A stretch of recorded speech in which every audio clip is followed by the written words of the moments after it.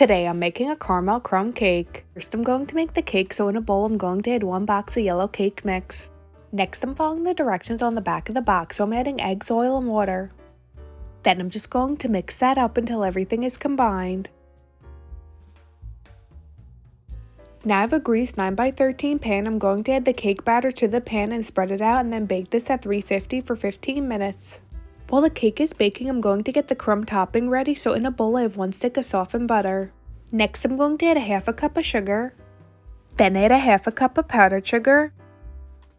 Next add 2 teaspoons of vanilla extract. Then 2 teaspoons of cinnamon. Next mix that up until everything is combined. Then add 2 cups of flour and mix that up until it's combined. Next add 1/4 cup of milk and mix that up until the crumbs form. Next I'm going to melt 11 ounces of caramels with a splash of heavy cream. Once the cake comes out of the oven, I'm going to add the melted caramel and spread it out.